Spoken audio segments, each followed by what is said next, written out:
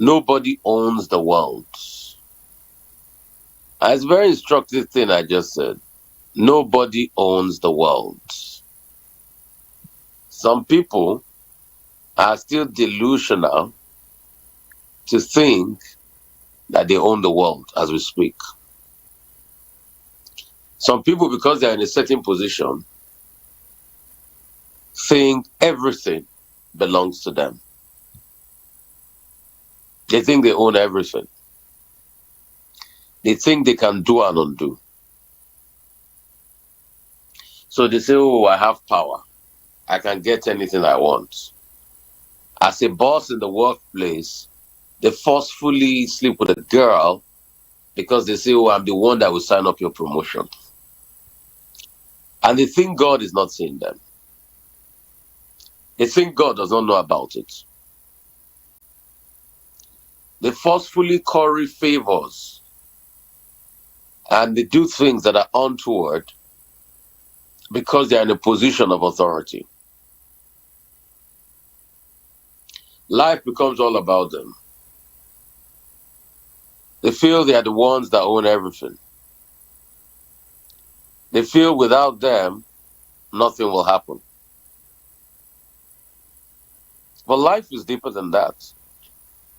So their own legacies are bad legacies.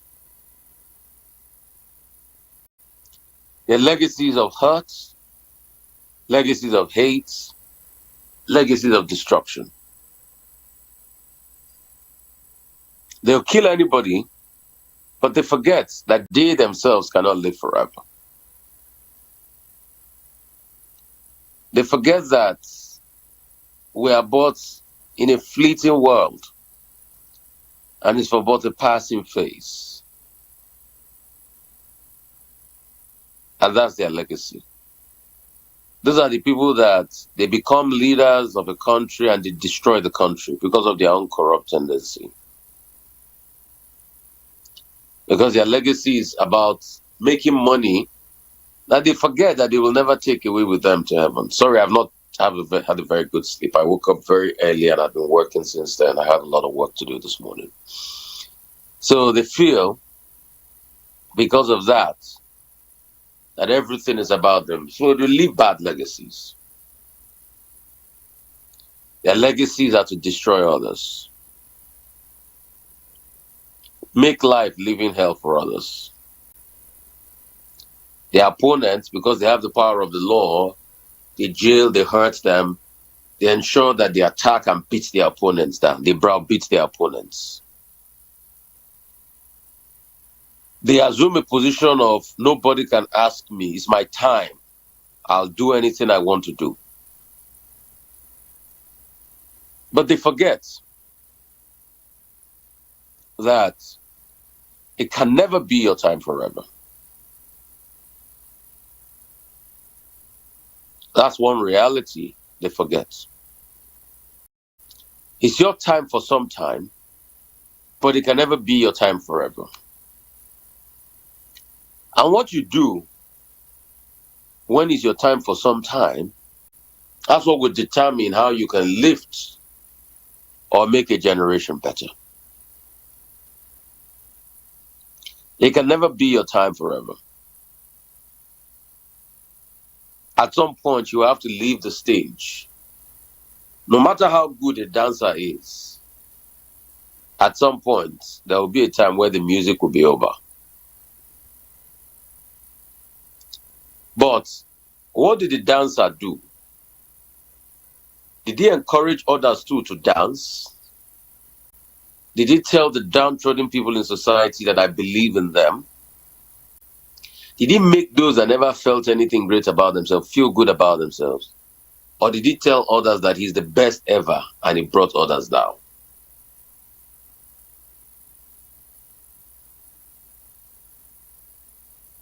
So, what legacy did the dancer leave? Did the dancer decide to slap every people on stage and say, I'm the one that is dancing now, so others can go and die? Or the dancer decided to say, you know what, you too can dance. I want you to be able to dance. A great man leaves good legacies of encouragement and upliftment of others to the top. If your legacies are not building kings like you, don't think you'll be a king that will live forever. Because the best place you can live is in the hearts of people. Do people genuinely love you, or they love you because you pay them to love you? What have you done? What did you do? What's your life about? What do you stand for? Do you stand for assurances of greatness, for a better life for people, or you stand for pulling people down? And some people, that's their legacy. There are some men, their legacy is, oh, I've slept with all my wife's friends. And you think it's a good thing. And when your wife talks, you tell her that, oh, I'm the breadwinner of the house, so you can't do anything. And truly, maybe she might not be able to leave you because she loves you. And you're happy within yourself. So your legacy for you is that you have cheated your fellow human being. The woman you swore for better, for worse to. You cheated her. You forget you can't live forever. You cannot live forever. The earlier you remember this, the better you start working in tandem for legacy. And we're not going to be too long today, so you can call us on the phone lines 0818 099 1991. 0818 099 1991. Secondly, because we have a bumper package for you, I have a couple of interviews about what's happening in Senegal. And that's why, we're calling on the Senegalese president to hold elections in this country. Don't destabilize this country. Don't let his legacy be of that tried to ruin his country. So I have an exclusive interview with you from a professor in Senegal, other great interviews. Also, how to save a naira. I have another great insight for you as regards that. Through exports. I brought an export expert. If you can play this week or probably next week, tell Dozie to put it on for you. I thank you all for those that help donate, to a cause. Like I said, the legacy and the impact of this show will be reaching out to people. I had a doctor that reached out to me that needed 4.5 million naira for a brain tumor surgery for his relative. And we did it by the grace of God with people like you. We all did it together. I don't like saying how much of my money went into things, but a lot of my resources went into things. But the good thing is we've raised that money and we've all done it. The doctor and his relative were having the surgery soon. And constantly I pray for healing, for them permanently. And some other ones we've done, there's another person that sent a request, people can meet it, of a child that has a heart condition, a baby, indigent family. I think they need about 15 million naira. We see the best we can do. I've posted it on my page. If you go and check a couple of my Facebook pages, you'll see it there. I will be able to help those people. But that's the legacy. I mean, I've been doing this for over 10 years. If you listen to my shows on the other radio stations, we've been helping people like this. Anyway, we verify them because, people to have a legacy of trying to take advantage of your goodness and your good hearts. So it's also a very tough one. So, helping people too from experience and from the kind of work I do, a lot of charity I do, it's not also easy. Because people too, when they see you have a good heart, they have a way of taking advantage and they lie, they manipulate because they want money for all sorts of reasons. And I look at them and I say, it's on you anyway. So we'll keep helping the best we can do, and we'll keep healing lives. As I was saying, legacies matter a great deal. So what are the legacies are you going to be leaving behind? Is it a legacy of destruction, a pain, or a legacy of helping and uplifting others? I'll ask you, why is it so difficult for you to be somebody that lifts others up? Why is it so difficult for you to be able to do good? I know there are good people and there are bad people created, but why is it so difficult for you to be able to do good? Why is it so difficult for you to be able to be a beacon of hope and inspiration for people that are ailing around the world? Why is it difficult? Why is it difficult? Why is that rather than uplift people, you want to bite them? Why is that rather than make life better for people? And the number to call once again, 0818-099-1991. Rather than uplift people, you want to show off that you're the one that have the most money. There's no how rich you think you are. Somebody will be better than you. I knew this since I was a child. Wherever how great you think you are, you're always in the middle. Somebody has done whatever you want to do and they will surpass you. So why can't you leave legacies of creating goodwill for people and helping them? Having an investment that helps people. Think of other people too, how they can be uplifted. Not just thinking about yourself alone. You have stolen so much money. What else do you want to do with that money? You can't take all the things. You see, all the money you have as you speak, there are some of you know. Even if you have to live next 100 years, already you can't live 100 years because you are way above your 50s or 60s. Even if you live the next 100 years, you know that that money you've stolen, you cannot finish it in your lifetime. But you keep doing all sorts, living bad legacies. Why can't you be good? Why can't you turn a new leaf? Why can't you just live and let live? Why can't your life be a source of hope and inspiration for people? Why is it about wickedness? Why is it that it's about your selfish interest? Why can't you tell some of your selfish desires, let's go?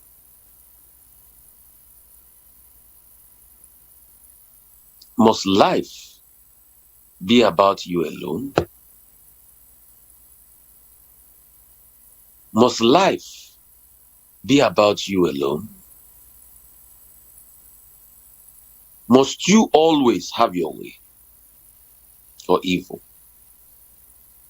Must you always have your way for things that are untoward? Must you always make people cry? Why can't you make people happy?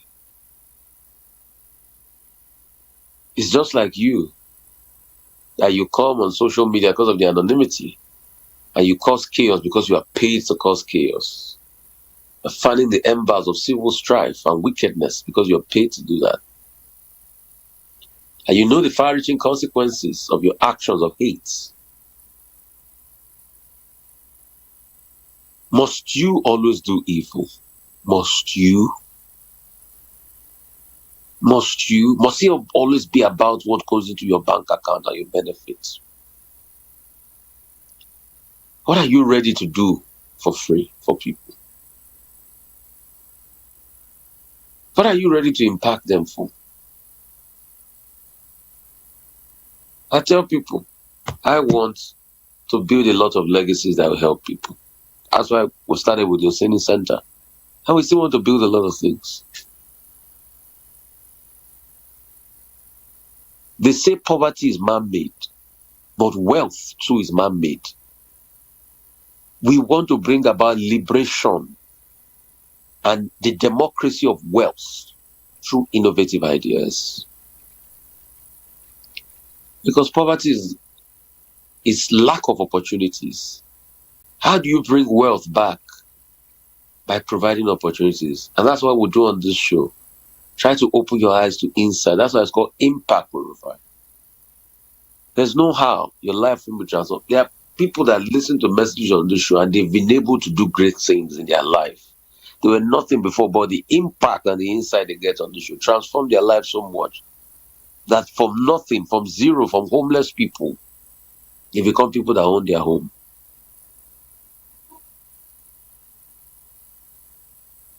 The power of perseverance, the power of open your mind to hard work, possibilities, information.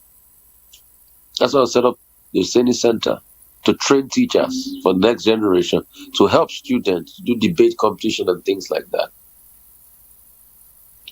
to open people's minds to opportunity. That's why we had that export summit on my Instagram page. And please follow across all media platforms for insights and development. So I had the export summit on my Instagram page.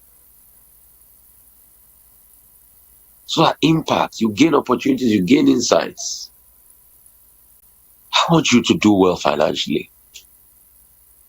God didn't create you to be a beggar. The reason why you're begging everywhere is because some people have denied you of your opportunity. It's that opportunity I want to give back to you. Because if I give back the opportunity, you will be uplifted. And when you're uplifted, you uplift others. It's a chain reaction to development in life.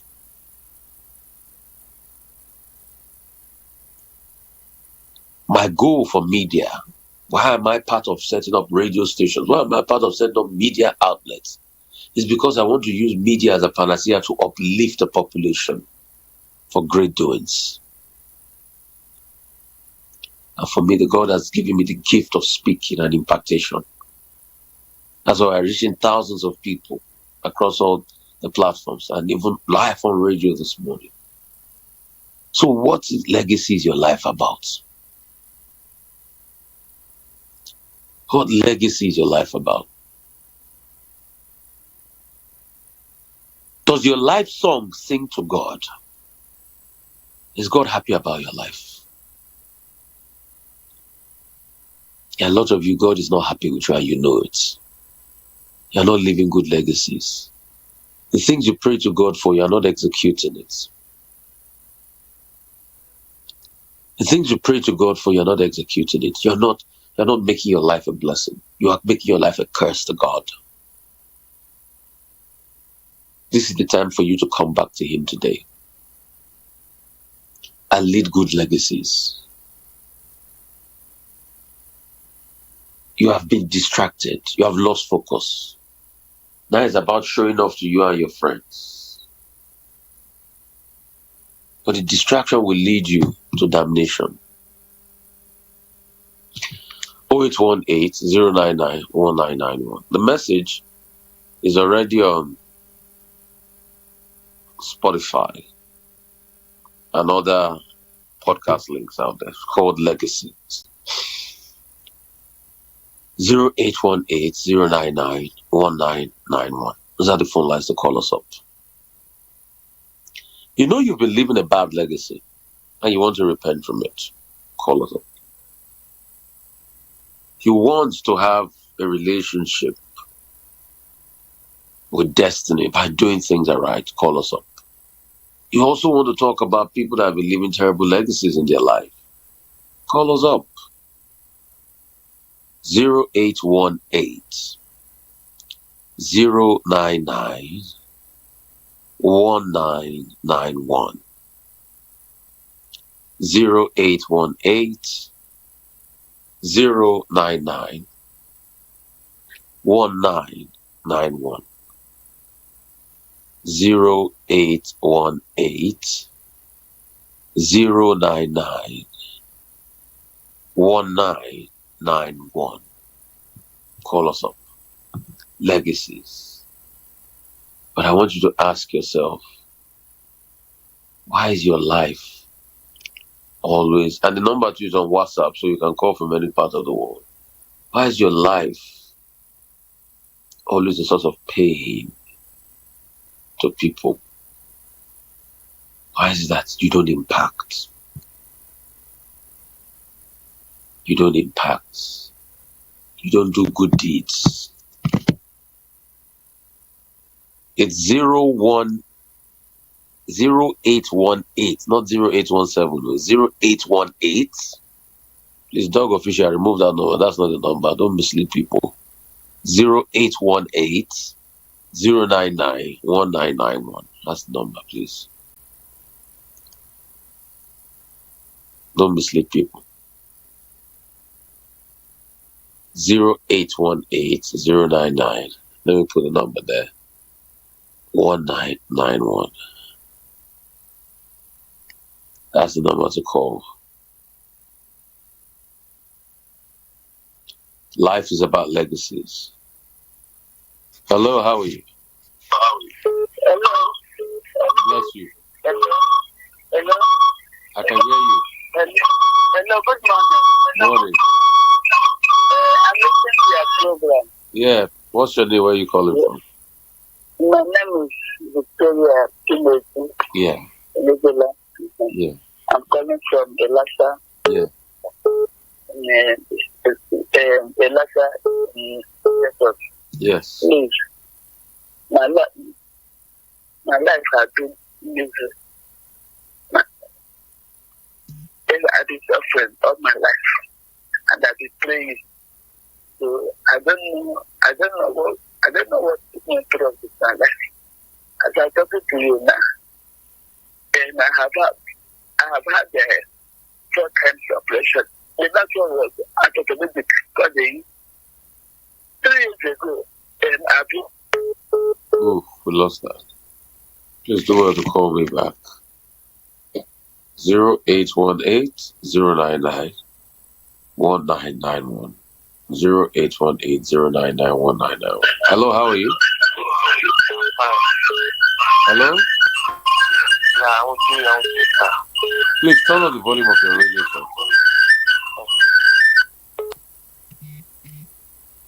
Hello? Hello? Hello? Hello? Hello, good morning. Morning. Yeah, please, I want to talk. Please do well to turn off the volume of your radio set before you call me up. I beg you, please. So I can hear you. Turn off the volume of your radio set. Hello, how are you? Hello? What's happening? Everybody is skipping their... When you want to call the radio station, please, you turn off the volume of your radio set so people can hear you clean and clear. All right? Turn it off so we can hear you well. I beg you. Hello? Hello, good morning. Morning. What's your name? Where are you calling from? My name is Rufai. I'm calling from. From where? Yes, I enjoy your program. Thank you. Thank you. Please, I'm begging those on that call, please. Know your radio, please. We are making this to please, I don't want to get off at night, please. I'm begging you, please. Thank you. Thank Know you. your radio. Hello? Hello?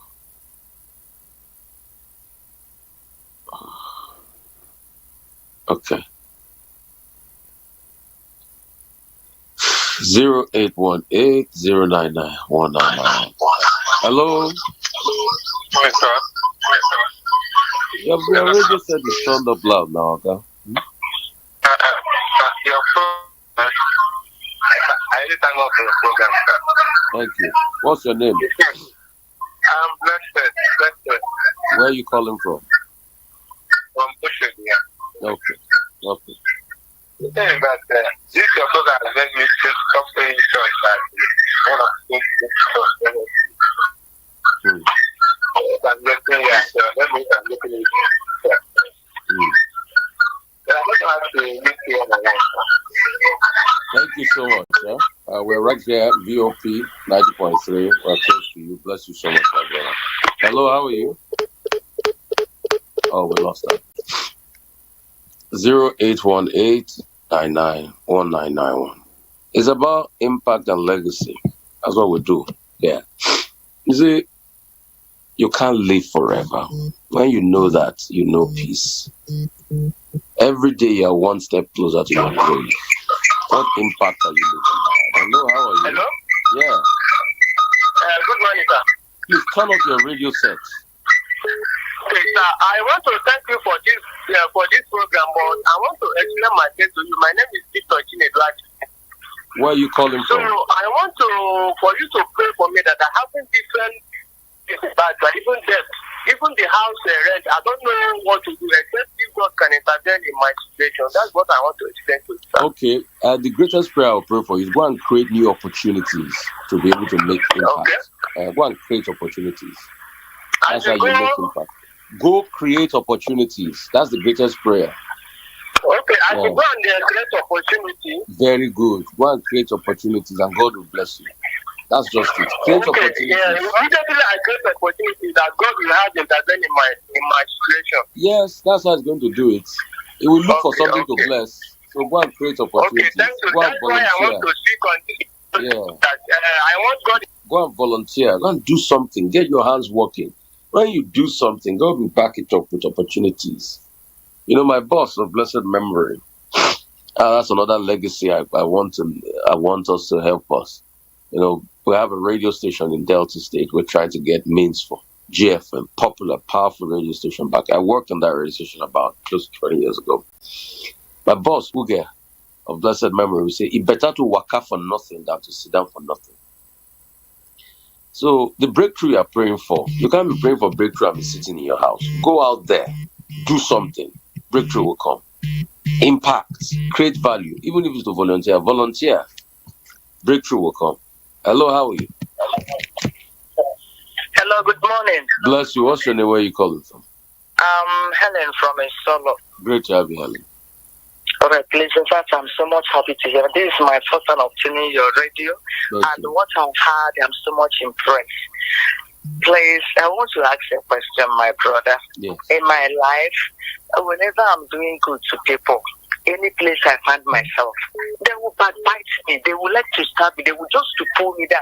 Sometimes I've been wondering, what is the meaning of all this thing? Is it because I'm not in the right place or what? Whenever I find myself, many people, they will appreciate me saying, hey, but my colleagues around me, I don't know. Let me tell you why they're doing that. Let me tell you why they're doing that real quickly. Please, why they are doing that is that you have found your purpose and they have not found their purpose. The day they find their purpose, they will stop backbiting you. Pure and simple. So don't get disturbed about people that backbite you. They are essential for your purpose. The moment you find your purpose, you will find opposition. Hello? Hello? Hello? Hello? Oh, what's happening to the phone line? So please do not get hurt because people are backbiting. They will always backbite. The moment you find purpose, you will find opposition. But the thing about backbiters is that they're always at the back. They don't amount to anything. They don't make any impact. They just are there. And they also have their uses. They keep you in check. They make you remind yourself that you can't fail. And you have to do more. So, hello, how are you? Good morning, sir. Bless you. What's your name? Where are you calling from? My name is Raf, calling from Satellite Town. Honestly, I'm really happy to hear from you. Bless you. I've been following you on Instagram. In fact, you're one of my best person I ever had in my life, honestly. Bless you. Honestly, I'm so happy to hear from you. There's one thing I want to know. Is there like blessing in giving? Like you help people, do you attract more blessing? Does it work in that way, sir? Yeah. You are blessed in giving. But let me listen to your radio, sir. But yeah, you're blessed in giving. But be sensible about your giving, be strategic about your giving. Understand that you can't help the world. But it's good to give. Set a certain portion out of your earnings to give it. Even if it's 20% and everything. And don't go beyond that because you should also be stupid in giving. Because you should not say because you want to give, you give everything stupidly. No, set aside a quota you can give and give to the best of your ability. You can't do it all. You can only do your best. I don't like when I hear people say, oh, they gave so much and they became poor. No, that's stupidity. That's stupidity. Set aside a portion. Is it 20% of your earnings? Then once you give that, if anybody comes to you, say, I'm sorry, I can't give any longer. Because you also need to take care of yourself. All right? I'm not somebody that will preach stupidity to you and say, give everything you have. No. Take care of yourself. Live for your family. But set a certain portion aside for your giving. That's just it. Like me, I set out a certain portion of my earnings. I do some charitable work. I use it for my givings and everything. And once I get to that level, if you come, I'm sorry, I can't give you. That's just it. And do not give with the mindset that you want to show the world that you have given. No. Give because you want to make an impact in the person's life. And once you give, please, you don't need to tell the world what you've done. I mean, I know what I've done this week, but I don't need to come and tell you how much in monetary terms I've given. No, it's not important. Hello. Hello. Bless you. Mr. Rufai, good morning. Morning, what's your name? Where are you calling from? Okay, my name is Mohammed Tukuru. I'm calling from Abuja. Great to have you, my brother. Yeah, thank you, Mr. Rufai. Mr. Rufai, what I have this morning, I've been in the military for some years. Yes, sir. When I was in the job, I have been passing a lot of challenges. You know how the military is, most especially in our dear country. Yeah. I've been facing a lot of challenges, but unfortunately, after some time, I have to quit in order to further my education. Yeah. So some of my friends that were close to me that time when I was in the job, I used to assist them in one way or the other. But for me to quit and focus on my education and my business career, most of them have decided to run away from me, thinking that that's the end of my career. But unfortunately, after I finished my school, I got a job again, and most of them are ashamed to come back to me again.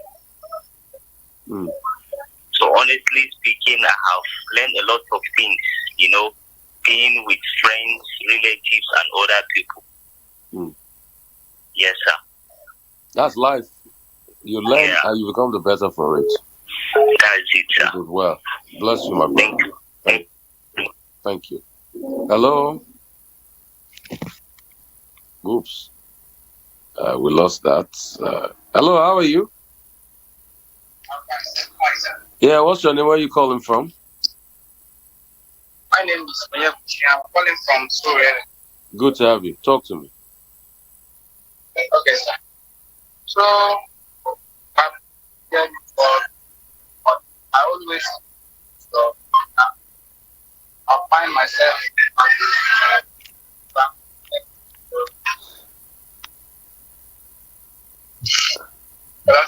I can hear you here with you. Oh, yeah, go ahead. There's one thing I want to ask. I've been trying since the days of my life also make something good for myself, but sometimes I don't. The outcome of life, I do it and not really know that again. I don't understand. I can't really hear you well. What did you say again? Say it again. I said, sir. Yeah. That I have been positive and trying to make life more better for myself. But at the end, I couldn't find myself in that and I don't know. You just have to keep trying. Maybe it's not time yet. It's not time yet. It depends on what you're working on. But when it's not time yet, it wouldn't happen. Forget it. There's also an attendance of time to most of these things that happen in our lives. And when it's time, nobody will be able to deny you of it. Honestly, I can tell you that for free. So just keep putting your work, keep renovating, keep assessing yourself honestly. Areas that you're falling short, ensure that you do the same, you do well and all of that. Then you'd see how tremendously things will work out for you in your life. But it's not the end of the world for you, please. Thanks. All right, I really appreciate you. And you'll do well. Huh? You'll do well. Thank you so much. Bless you. Hello, how are you? Hello? Oh. Do it, call us 0818-099-1991. It's Impact with Rufai. We're actually across many channels, VOP, online, and all over the world. Hello, how are you? Hello, sir. Good morning, sir. Bless you, my brother. How are you? What's your name? Yeah, I'm fine, brother. I'm interested in your program, and your program makes sense for those who want to listen for. Bless you. Yeah. Yeah, welcome. See, I'm assessing many things. I want to table my word, but I just want to tell you my problem. I get to me. Yeah, I'm not about that. I just want to tell you what I'm passing through. You're talking about doing something. Do you understand? Yes, I myself, I'm doing something. But anyway, I put your hand, I get blockage there. I see that I get spiritual blockage. And the blockage that I see, I will see the person that is blocking me. Anyway, I put your hand, I will see someone that is blocking me. Basically, I will see him, but I can't do it. So it's about your mindset. If you have a mindset that somebody blocks you, then you will not do great things. So let me tell you what I see. Anytime I see opposition, I see them as a way of positioning me for better greatness. Yeah. I see any opposition that comes my way as a positioning for greater greatness for me. So me, I don't think, and I don't have the mind that anybody block. Even if you think you've blocked me, it shows that there's something better for me. And that better thing will live. So if you have that mindset, then you go in that direction, and you will not get, very sad when people try as much as possible to block you, because they are there. They are necessary for you to rise. Okay, I want you to pray for me. Which time am I going to call you? I want you to pray for me one-on-one. No, so what I'm going to do for you today is, I want you to declare concerning your own life that you will be great. Say, I will be great, and I will achieve purpose, and nothing will stop me. I will be great. I will achieve purpose. I will achieve purpose, and nothing will stop me. Okay, I will achieve purpose, and nothing will stop me. Amen. Amen. It is well. It is well. Thank you. Thank you so much. I really appreciate you. So I want you two to be able to do it yourself. I'm no man's God. I can never be any man's God. So I want you two to do it yourself, understanding what God has put in you. Hello, how are you? 0818-099-1991. So 0818-099-1991. Yeah, somebody said, they know it's GFM. Yeah, that's another station we need to revive to make it as a source of impact for people, in that area. Hello, how are you? Good morning, sir. Morning, what's your name? Where are you calling from? My name is Esther. Great to have you. Where are you calling from? Listening to your program all along.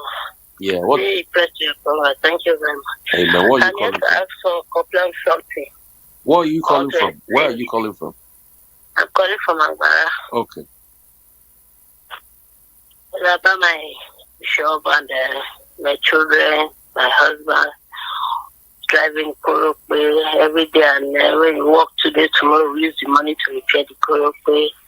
And right now I'm speaking to you, my children is at home. No, nothing like school. I don't understand what is going on. Even the shop that we are selling to, they drive us away. And please, it was scattering. Even right now, I'm not doing anything. I don't understand what is going on. Anytime that you are doing something in one place, one or two things will just come up. What do you sell in the shop? I'm a fashion designer, sir. So you sew for people? Yes, sir. Okay. What I'm going to do for you is this. I know there are millions of people listening to us. Can you sew very well? Yes, sir. You can sew very well. And you don't disappoint people when they give you a job? Yes, sir. Are you sure? Yes, sir. Okay, I'll take your word at face value. Call your number out. Please, if you have any clothes, let's test out this fashion designer and see how well she does. Call your number out on her. Let me do that for you. 08090. Yeah. 711. Yeah. 583. Yeah. 17. Call it again. You have to call it very well, madam, because you're looking for business. I'm giving you a chance to sell yourself. Yeah. 711. Yeah. 15. Yeah. 83. Yeah. 17. Okay. So I've given you a chance to sell yourself. Thank you so much. Hello, how are you? Doctor, good morning, sir. Bless you. How are you? In fact, your work this morning has refreshed me. Honestly. Thank you. What's your name and where you call? Where is your name and where you calling from? My name is Sam from Badagry Agri. Okay. Yes, sir. Okay. This teaching this morning has actually refreshed me. It has woken me up. Then when you said that we should go out there and create opportunities. Oh, yes. Yes. I'm very, very to hear that because I have come to realize that even fear contributes to one's poverty. When you are afraid of taking risks. I don't know because there are something I want to discuss with you concerning my properties in the village where they have taken over. I don't know how to go about it. So that is a very good opportunity for me because it cannot be easy. I don't know whether if I call you on this very line after this very program, whether we do you. Okay, send me a text. Send me a text on this number. Send me a text send me text on this number. Okay. Yeah. On this line? Yeah, on this line. Send me a text. All right, sir. All right, so sir. Just send me a text. Thank you very much. I'll try to reply to it on this line, yeah. Okay, sir. Thanks. All right, sir. Thank you. Yeah, bye, sir. Yeah. 0818-099-1991. I mean, we should go out there and create opportunities. I've also put this message on Twitter.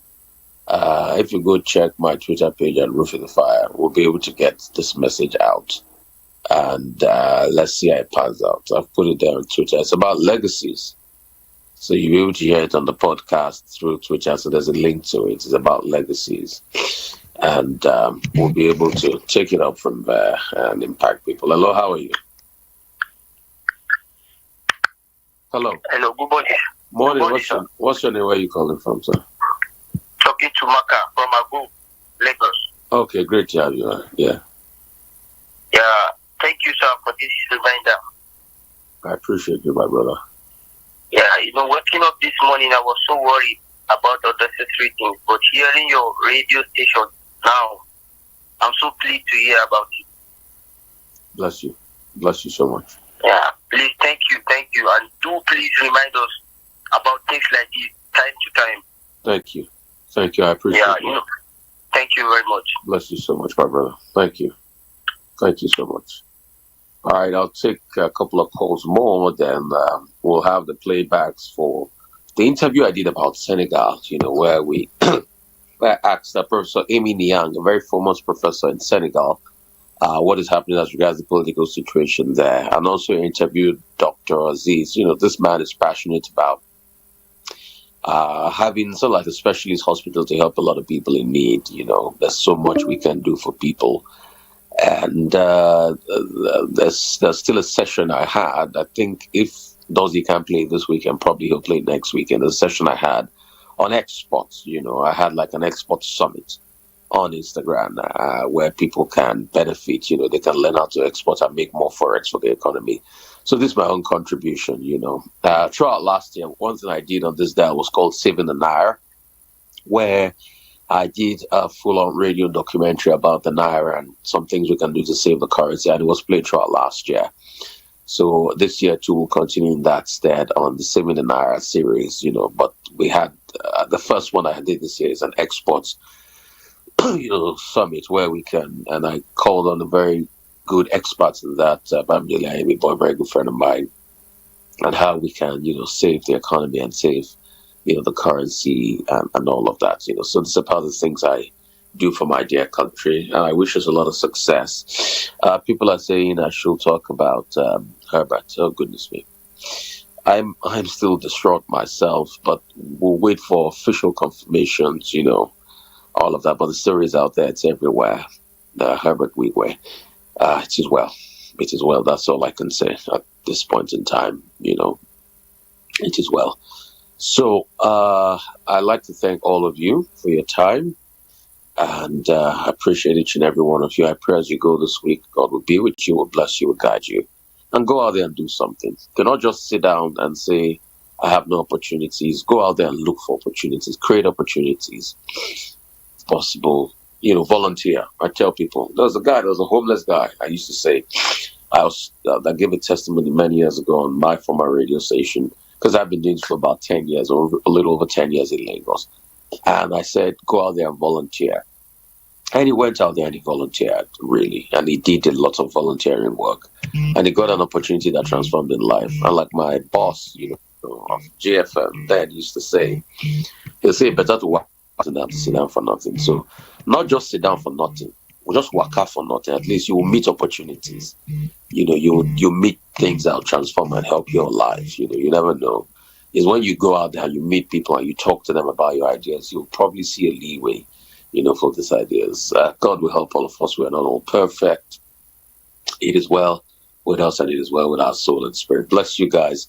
Have a great Sunday. Bless you all. So those of you play all those things we've recorded, pre-taped, for other people. So you play the interviews, you play the interview with Dr. Niang. And probably those, it's important. See if we can play that.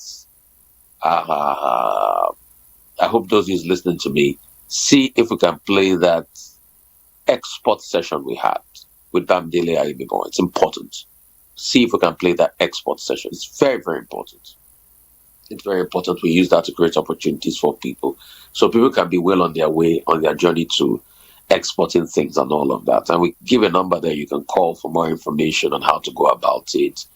At some point, if Bamdele is going to charge, he's going to let you know. But the ones he can give you general knowledge on, he'll let you know. So that's something we should look at. Bless you guys. Really appreciate each and every one of you for your time. Bless you. We'll keep creating more opportunities, because poverty means, when you say you are poor, it means passing over opportunities regularly. So we want to stop you passing over opportunities regularly. We want to make you rich, which means taking opportunities regularly. Yeah, so thank you. Bless you all.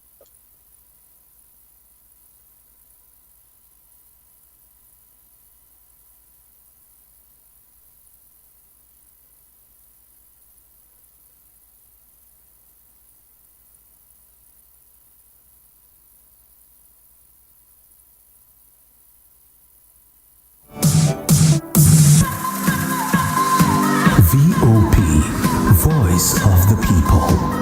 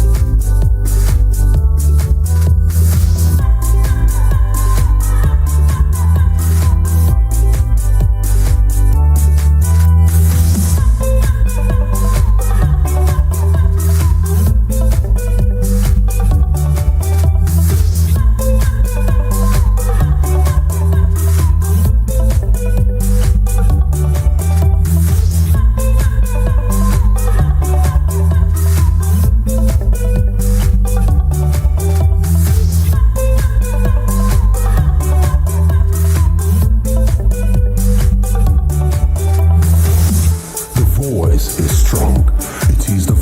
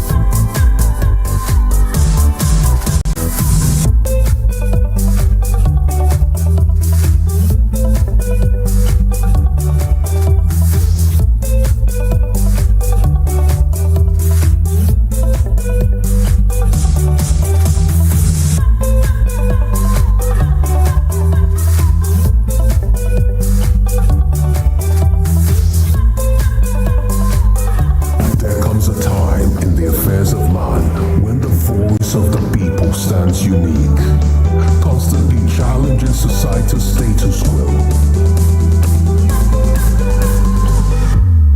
90.3.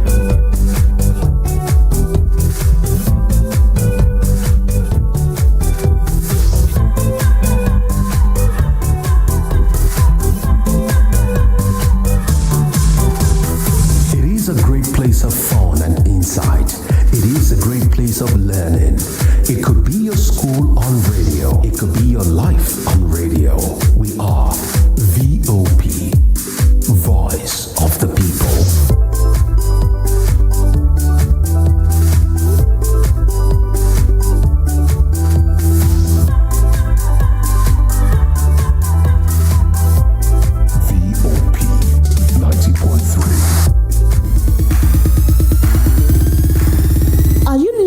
For the perfect getaway? Look no further than the luxurious accommodations at Airport Golden Tulip Hotel, Lagos, number 42, Muritala Muhammad International Airport Road, Lagos. Relax and unwind in a beautifully appointed rooms featuring all the amenities you need for a comfortable stay. Whether you're traveling for business or pleasure, our attentive staff is here to ensure that your everyday need is met. We also offer complimentary pick-up and drop-off from the Lagos airport. Take advantage of our state-of-the-art fitness center, outdoor pool, and enjoy a delicious meal at our on-site restaurant. With stunning views, world-class service, and a prime location, Airport Golden Tulip Hotel, Lagos is the perfect choice for your next vacation or business trip. So, why wait? Book your stay today and experience ultimate in comfort and luxury at Airport Golden Tulip Hotel. For bookings and reservations, please call 0815-8003-333 or 0815-7003-333. You can visit our website at airportgoldentuliphotel.com. Airport Golden Tulip Hotel, where luxury meets comfort. The award-winning pizza in the US is now here in Nigeria. Ladies and gentlemen, I present to you Romeo, the pizza champions, and cold berry ice cream. Delight in every scoop. Visit any of our outlets and feel the rich taste from the pizza champions and cold berry ice cream at 11 Road by First Avenue, Festac Town, 28 at Denira Ogunsanya Street, Surulere, 13 Admiralty Way, Lekki Phase 1. Romeo's Pizza and cold berry ice cream. Romeo, the pizza champions.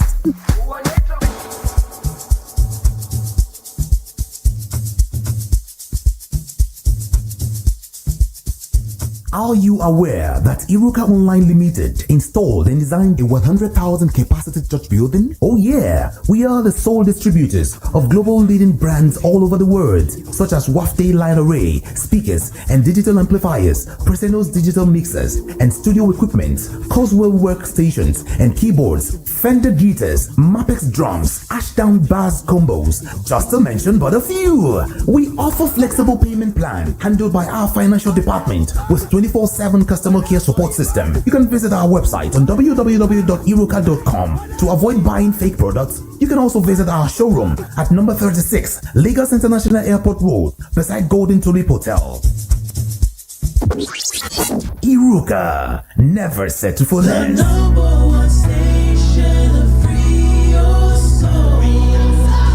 Voice of the People, 90.3 FM.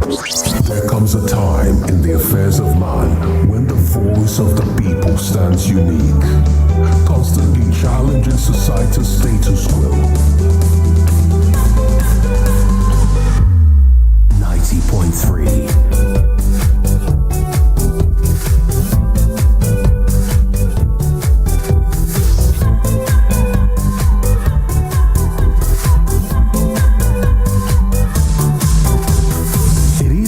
Place of fun and insight. It is a great place of learning. It could be your school on radio. It could be your life on radio. We are VOP, Voice of the People.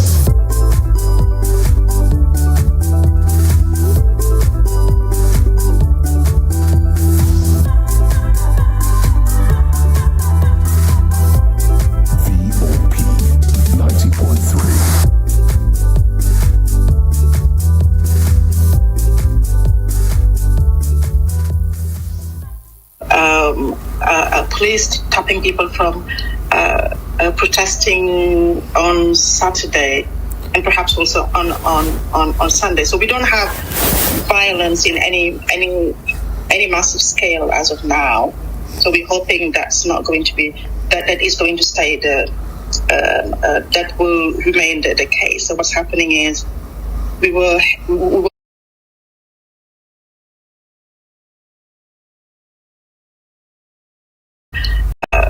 protesting on Saturday and perhaps also on Sunday. So we don't have violence in any massive scale as of now. So we're hoping that's not going to be that is going to stay that will remain the case. So what's happening is we were heading to elections in about 3 weeks. So on 25th of this month, and so about 12 hours before the beginning of the campaign, the president made an announcement to say that he was going to postpone the election. So that's really what started all the disruptions in terms of the electoral process, but also in terms of the political, state and everything else. Because then everything gets kind of thrown into a state of uncertainty. People just, like you said, I'm fearing that there is going to be violence, and therefore, closing schools, businesses, running at a reduced level of activity, and so on and so forth. So it's great uncertainty, and that is really not good, because then normal activities can't be carried fully. So that's really the situation. So the incumbent president, who's not going to participate in the elections, but he's the one. It's his government is going to organize them. Has decided that because of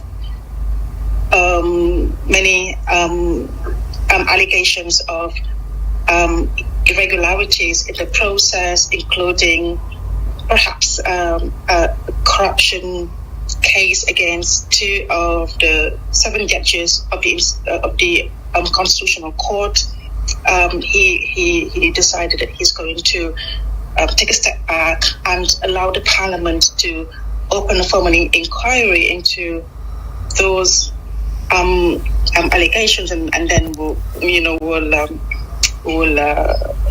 then decide. And actually, last night the Parliament voted, so he holds a majority of seats. They voted to postpone the elections until December of this year, 15 December. So basically extending his mandate for almost another year. Wow. So was it just because of the allegations against the judges? What about, the selection? I also hear about Karim Ward's issue and Sonko not making the cut for those that were going to run. Was that also part of the process, and nationality and citizenship? It's all connected. It's all connected. So the allegation of corruptions arose from Karim Ward's party. So Karim Ward has been excluded from the list of candidates because of accusation that he holds a double citizenship, which is not allowed if you're running for the presidency. And so he has been excluded. So he alleges that he's not the only one, at least that there are other candidates who also have a double citizenship, who have been let to carry on, and that judges would have been corrupted for this to happen. And most people think this is a like totally bogus claim. It may well be, but that we don't know yet. That there are other candidates with a double citizenship. It remained the case that in his case it's been proven that he has a double citizenship and had only relinquished it a few days ago. So there is another candidate who is now under detention, who also made a false declaration that she only had one citizenship, and it turned out that she didn't. So Karim and his party seized this issue and wanted to now turn it into a big problem that went beyond Karim's case, but they went into alliance with the president's party to now open this inquiry that is going to drag things longer. Yeah, and it would seem that the target of all the saga is the president's chosen candidate, Amadou Ba, who is now the current prime minister.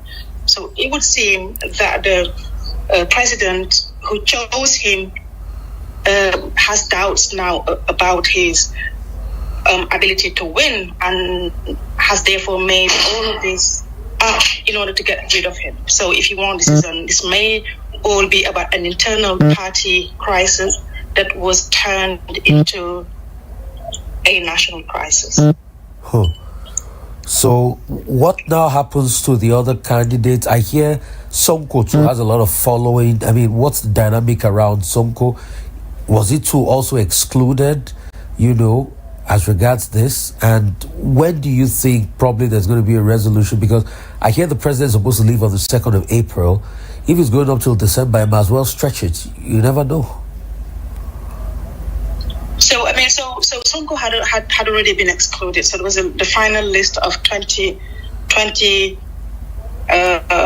qualified candidates, among which Sonko's party is number 2. Sonko is in jail for a couple of court cases which have not been completely closed. And so the number 2 of his party was put forward as an alternative candidate, but he's also in jail for the reason I can't even remember, but nothing really serious, because there are about 1,000 people that have been put in jail by Macky Sall in the past couple of years, mostly for political reasons. So Sonko's number 2 is running effectively, but he's likely to campaign from jail if he's not freed. Sonko is perhaps the most popular political figure in this country since a long time. So yes, it does constitute a threat to the government of Macky Sall, and they have been very keen to keep him in jail and to make sure that he doesn't run.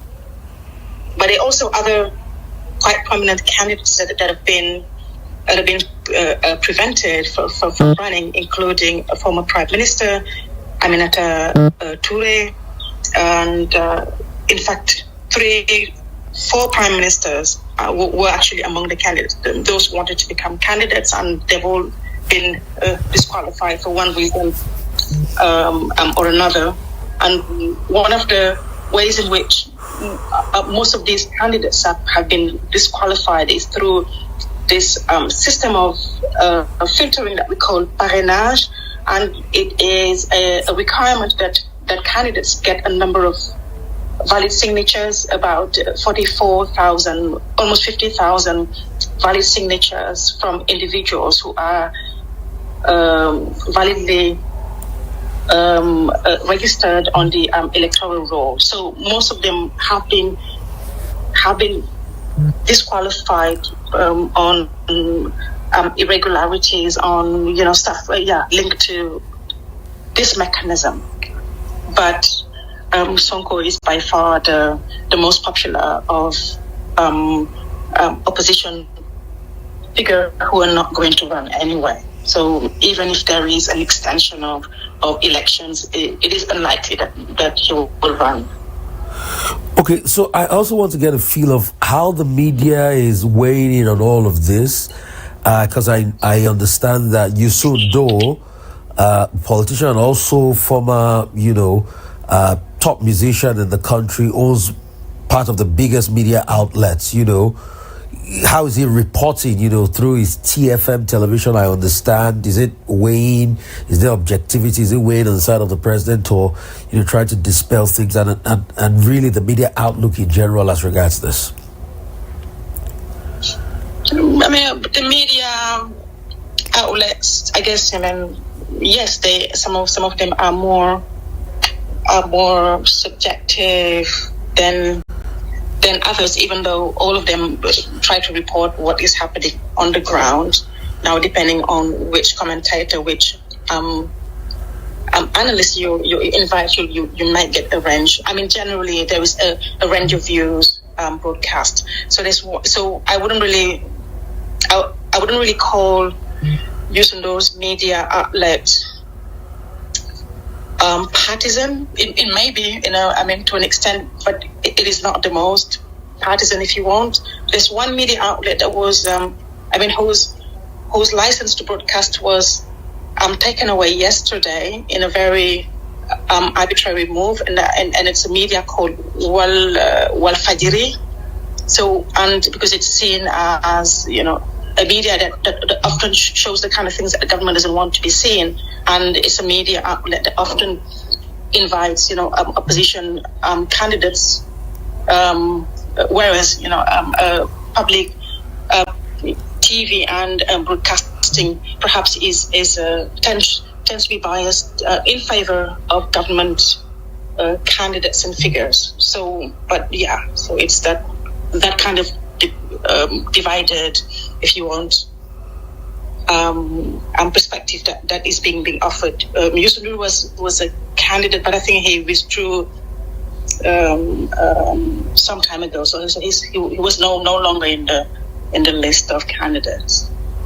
So I also want to get the dimension as regards the religion, as regards the Muslim brotherhoods, as regards Top North and the Muslim organizations and all of that. What has become the religious balance as regards all of this political imbroglio happening in Senegal now?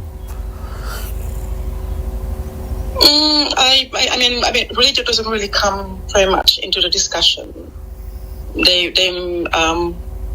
are parties that are religiously tainted, Muslim, but religion is not a big issue really. And, not even in the debate. It hardly gets mentioned. People recognize certain figures as being perhaps coming from a background of theology and proselytizing, but there is no such thing as a religious kind of debate involving. No, not really. How about the civil society? How are they reacting to this? I remember that before the emergence of Macky Sall, there was a movement called, I think there were a youth movement called Yenema or something, if my French is great, which they meant they're fed up and they formed the big bulk of the civil society. Do they still have a voice in all of this? So civil society has always been quite dynamic in the political landscape.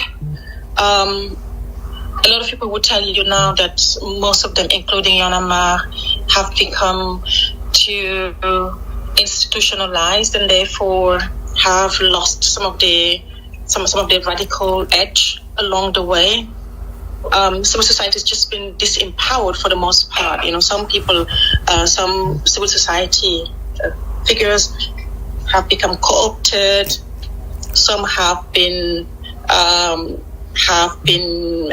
basically broken. They've been jailed or they've been harassed and so on and so forth. So the government of Macky Sall has in fact been very, very, very repressive, by and large. So human rights have been curtailed. People are being prevented from protesting. So this is a place where protest it's just something that people take for granted. But over the past 2 years, it's been really hard to just organize people to protest, even if it is not against the government. So I would say, yes, the political society involvement has been weakened by the current government. All right, I'd like to say a very big thank you to you, Professor Amy, for your time. I'm really indeed very so that you'll be able to help him set up this dream. Dr. Aziz, great to have you. How are you, sir? I'm doing very fine, sir. Good afternoon.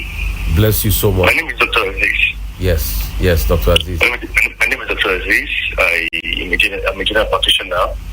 I see Nigeria as a country with weak access to healthcare, especially the emergencies. We're talking of women in labor who can't have access to CS because of money. We're talking of people with head injury. We're talking of people who sleep in the bathroom and said they had concussion. We're talking of children who cannot even afford antivenoms for snake bites. I remember a 6-year-old boy that was beaten by a dog, and before just because they couldn't have money to go to the hospital to even access the doctor, it's that bad. For consultation fee and medication, they could not even afford it, and this child was dying. And in a couple of hours, the child died. And I also have a young boy, 11-year-old, who is working with his father as a bricklayer. One of the pillars that were being done fell on him. He was rushed to a hospital where I work. It's not my hospital, where I work, and they billed them 4.5 million for ICU. Yes, because the head looked meshed, bleeding through the eyes, bleeding through the ears, bleeding through the nose. My MD charged them 4.5 million for them to go to the ICU. Believe me, they could not even afford it. I was told when we referred, the child died on the way to the general hospital. It was so bad. There was also a man on this island working in a dredging company. The dredge caught fire. He didn't even quickly know. He was deep inside, so people were running outside. His co-workers were running outside. It was the noise and the scream of people outside that also alerted him. Before he could come out, he was already burned. But the good thing about his own was he has these cloths, these fire protective wears. So the fire got into him, but did not touch the cloth. I've never seen such apparel before. But unfortunately, he was already steamed inside. His organs were cooked, but the cloth was still intact. So the heat was what cooked him. When they brought him out to our hospital, he's already swollen.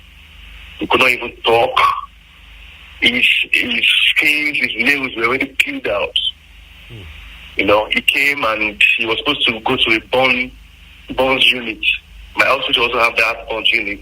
It was billed 15 million. The dredging company says they cannot afford it. Then they call Bagada Hospital. Bagada said, okay, if you start coming for 7 million naira. They did not even they were not able to afford it also. But with the hope that when they get there, things will get fine. I was told, because my nurse followed them with the ambulance, I was told before they go to Tomiland Bridge, they might give up. So what we are really talking of now is emergencies. How do we get access to ambulance within a short while? How does the hospital that's going to receive us, how ready are they also? Some hospitals are just big. They don't have anything inside. Anything. We see a couple of things on the road. A car caught fire and, the people just rally around. Some are busy making videos. Some are trying to pull them out. When they get to the hospital, they will be rejected. They can't take this kind of a case. So who will take this type of a case? Who will? Are politicians, are they happy about it? People die daily. All because they put deaths. But But because these are sons of nobody, daughters of nobody, children of nobody, you will not hear it. And that's why this idea you have, please, Nigerians, contact me. I would have loved to give Dr. Aziz's number out on there, but for privacy reasons, no. Yes, contact me if you want to get across to him, because the plan he has is a great plan for emergencies. If we can even have units of emergencies and hospitals that are fit for purpose, and we can get them to be able to attend to Nigerians in emergency situations, I think to a large extent this country will be a whole lot better. And I know you have spoken from the heart. I just drag you. I say I must have you on radio because I hear the passion in your voice. I know you've spoken from the heart today, and I'm sure that word will resonate with somebody else. But Dr. Aziz, what are the top 3 tips we can do in a time of emergency? If any emergency happens, as we speak today, what number do we even call? We have a country where you even call an ambulance during an emergency. The ambulance, if they don't have fuel, you have to pay the ambulance to go and buy fuel first. Transfer the money to the ambulance to go and buy fuel before they can even come out. What are the top 3 tips? What are the numbers we should call in time of emergency as we speak? Okay, well, as of now, unfortunately, we don't even have free tool services for emergencies. Forget what the government is saying about those numbers that you call on. It's so sad. I've seen where people call emergency numbers for ambulances, and all they got was, there's no fuel. We don't have oxygen. Our big bag is not working. Get a Uber. How can I use Uber to transport someone who needs oxygen? Who needs a nurse beside him? The ambulance services in the country is poor. Very, very poor. And on the receiving end also, they are not even ready. They cannot even take such cases. So if we have a facility in this country that monitors and maintains the standard of emergencies in Nigeria, the country will go a long way. People die because how many emergency doctors do we even have in the country? How many emergency doctors do we have who pass through that emergency line? So if we have people who can support, we have a very good substantial facility erected for emergencies. We have pregnant women who, because they don't have money for CS, died. We have babies, all because they cannot afford NICU, intensive care units for neonates. That's the meaning of NICU. Just because they don't have the money. Babies die every day. But the government is not even aware. Because they are just children of nobody, they are sons of nobody. So the health part of the system is not functioning. The emergency part does not even exist as far as I'm concerned. Say for example, somebody got hit by a car. How many facilities moderately can take such person in? How many? You will hear 30 million, 40 million. Because at least like 4 or 5 people will manage.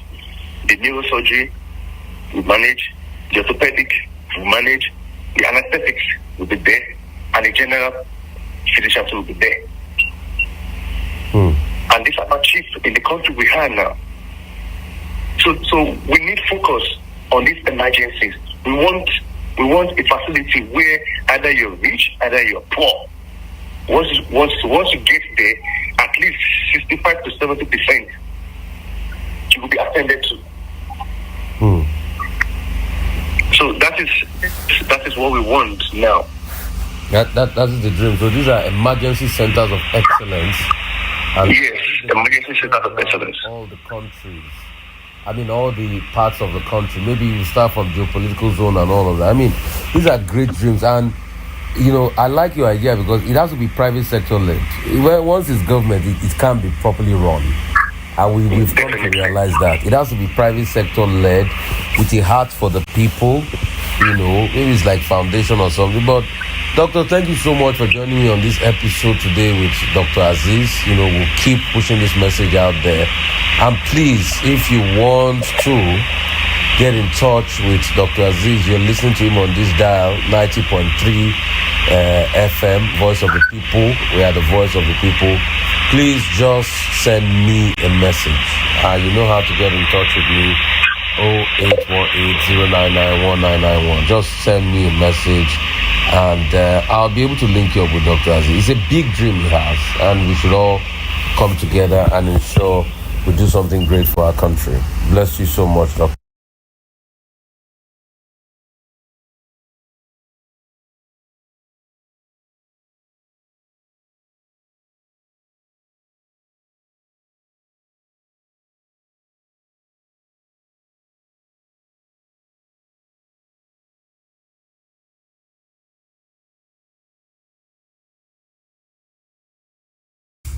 Hi everybody. So I'm doing this live to be able to see how we can support the Naira and support the economy. And I have somebody very dear to me that will be joining me. He's going to be giving us a masterclass on exports. I've known him for a while. Mr. Ramdi Amibo of 3T Impacts, and it's more than a joy bringing you this live. And anytime I come on the live like this, there's just a lot of impact I want to be able to bring your way. So once he sends his request, I'm going to definitely accept him, and we're going to have a session. So what we'll pretty much discuss this evening will be about import-export trade and FX issues. And we're going to be talking about the economy of Nigeria pretty much, from an import-export angle and all of that, and how we can ensure that people that are doing import and export still get, to be able to do well with FX and all of that. Yes, so I've been a little bit under the weather, struggling with a lot of flu, with a lot of ill health, but gradually I'm coming around, and I thank God for His mercies, and I appreciate God, for what He's been doing in my life and protection, and I thank you all for joining this live. So I'll just tell Mr. Dele Ayemibo to join me now, and then we start up this.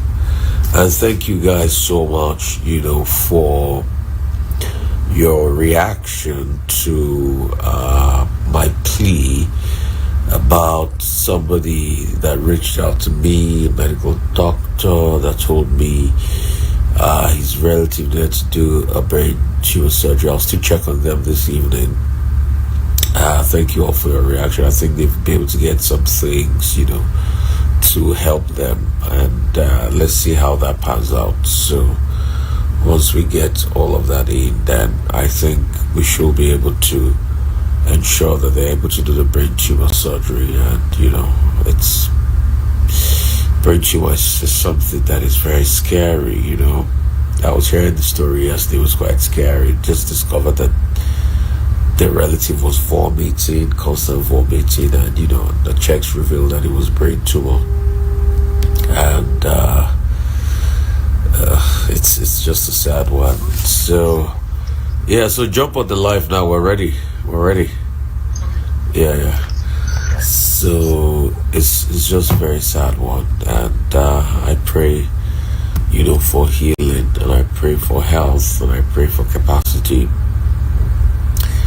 for them as they go through a time like this. And it's just a very sad one. This is brought to you in partnership with VO News NG, our news portal, and most of the content here will also be available across on VO News and all of that. So VO News NG, you can check that up. It's a website, set up particularly for news and insights and all of that. So we'll be able to get all of that.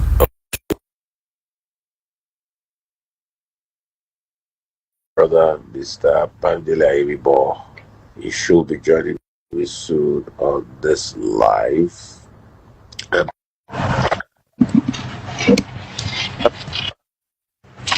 Let me use, I think I need to use another device. Okay, try to join it. Try to use another device.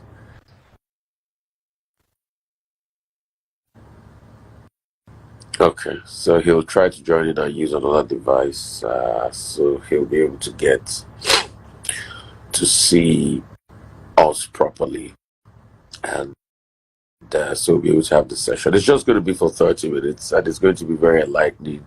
It's going to be about trade. It's going to be about development, and it's going to be about a lot of how you can impact and be impacted from this economy.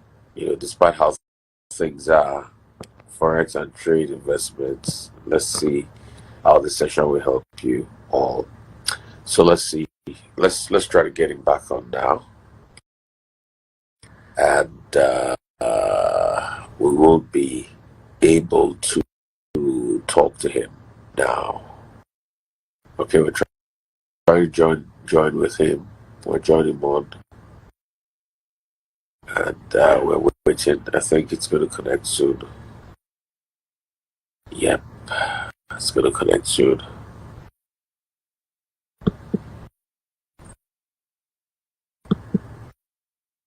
It's going to connect soon. We're waiting on him. Okay. Let me try to accept again.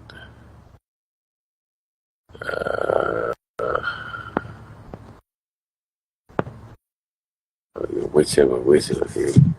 So probably when he accepts, we'll be able to. Oh, he's unable to join. What is happening?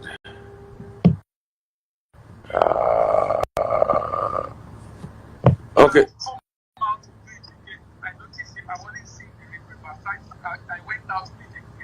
Okay, so try to join again. Yeah, so okay, I think we're trying to see his request again so he can join. Yep.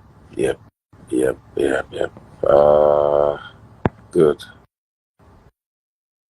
I think he should be joining us now. Wow, what's happening? All right, thank you. Good to see you again, Mr. Abibo. Good to see you. Well done. Thanks for doing this. About close to 10 years ago, we used to talk about how trade can transform Nigeria. Yes, on inspiration in those days. He's the trade expert, and this is a session for a lot of people. And please utilize this. So today we're going to be talking about import-export trade and FX issues in the economy. Why is it increasingly essential for businesses in Nigeria, particularly importers, to diversify into exporting in a bid to generate change revenue? I think let's start from that conversation first. If there is any time for that to happen, I think this is the time for that to happen, because it's getting to a point where people have to begin to generate their own FX themselves. Before now, people will go to CBN, queue up, and then you're able to get FX. But now we don't have enough FX. Everybody knows what's happening in the country. Our oil production has gone down. That's a major foreign exchange earner of the country. So if you really want to be in the business and be competitive, of course, there's no better time to consider non-oil export than now. The economy is forcing a lot of businesses that hitherto have not thought of that to begin to see the need for it right now. So non-oil export, can it be as viable as oil? And I know you have a lot of data as regards that, the capacity of non-oil export. Let's talk through that. Can it be as viable as oil? And what are the, primary challenges faced by import-dependent businesses in Nigeria regarding forex and all of that? Yes, it can be as viable as oil because world trade now is about 24.5 trillion. Crude oil is just about a trillion, between 800 and 1.2 trillion. So, and world trade is 24.3 or 24.5 trillion. So if crude is just about a trillion, obviously we can do a lot more as far as oil is concerned. So if you look at a lot of other areas, from the commodity itself to secondary product to finished product, crude oil is definitely small compared to what the world is trading in. Sometimes you see electronic gadgets, motor vehicle, crude oil, and gold. They are all oscillating as the topmost export every year.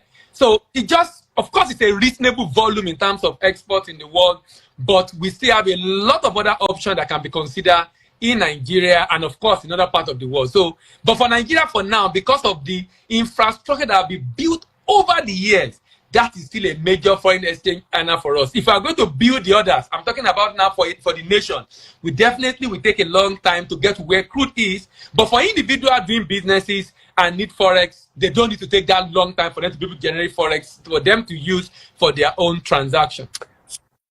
So let's break it down. How possible is this? What are those commodities?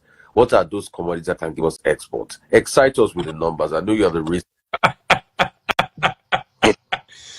I mean, if you go by the MBS statistics, the top export of Nigeria, if I look at agro commodity, you'll be looking at cocoa, you'll be looking at cashew, you'll be looking at sesame, you'll be looking at soya beans. Interestingly, I don't know if you remember one of those days that we talk about the need to consider soya beans, that was supposed to be a major foreign exchange earner for many countries that Nigeria was not considering. Now is getting to among the top commodity being exported in Nigeria. In the world, soya beans is over 70 billion. In fact, if you look at cocoa beans, about 10 billion, cashew nut about 6 billion, sesame seed about 3-4 billion. If you add all the agro commodity Nigeria is doing together, all of them combined, I mean, the world total market value is not up to soya beans alone. It's not up to soya beans alone. And Nigeria has what it takes. If we, I mean, you're an agro, or you're, okay, no, is it agronomist now? I want to say you're agronomist. I know you know a lot about agri, but I'm thinking about yield per hectare. That's why I refer to that. I love physiology, and the kind of training I got, I went through every aspect of agriculture. So I did fishery, I did courses in animal breeding and genetics, I did courses in crop production, soil texture, soil analysis and all of that. I did courses in pastoral and range management, and toxicology. So, I did a broad range in my training. So I have experiences in, fisheries, poultry, apart from being a core animal physiologist and anatomist, and also about crop protection and all of that, and crop production in general. So my training is like a wide-ranging training across board. So you've talked about soya. I know there are a lot of people out here that might see these things and they want to be part of it, but they don't know how to be part of it. And that's why the very first thing I'd like to beg you for during this session is there a number people can call you after this session? I know people will call you. Please, can you give us that number first before we continue? Okay. You can call the number, send a WhatsApp to the number 0809 080-9999-3142. A WhatsApp is most preferred. 080-9999-3142. 080-9999-3142. Okay, so that's for your number afterwards. So you've been able to excite us with the numbers and everything, but why is that Nigeria is not now exporting all of these things, to be able to reposition our economy? Why is that we are not getting all of this? And what are the primary challenges faced by import-dependent business in Nigeria? And how can business in Nigeria strategically position import-focused operation to exporting to alleviate foreign exchange concerns? Okay, let me take the first part. Why are we not doing enough in export? Rufai, it might interest you to know the Nigerian total number of exporters, according to Nigerian Export Promotion Council, in 2022, we are still waiting for the data of last year. 2022 was 1,172. To put that in perspective, our population is over 200 million. America population is about 300 million. American export is about 300,000 businesses. In UK, about 150,000 businesses. By the way, registered exporter in Nigeria is about 15,000 plus. According to NEPC, this was over a year ago. According to NEPC, but the people exporting are very few, and one of the major challenges is lack of export readiness. Lack of export readiness. Now, I'll come back to this later on. Talking about how exporters can position themselves.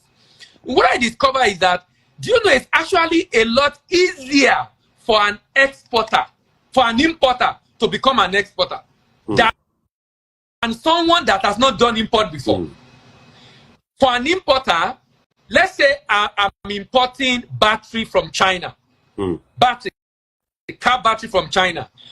I can export the raw material of that product to the same company that is producing my battery. That means we can have a symbiotic relationship. We can have a symbiotic relationship. So for an importer, it's just to flip it. The documentation are still pretty much similar. The challenges you face at the port, if you are used to challenges at the port as an importer, you can easily handle it as an exporter because you are used to those challenges already. If you move your good on barge to avoid the issue on the road in Apapa, you already know what to do on export. So to a very large extent, it's just to flip and then to now learn what are the differences, what do I need to leverage upon to be able to pivot from import to export and generate foreign exchange.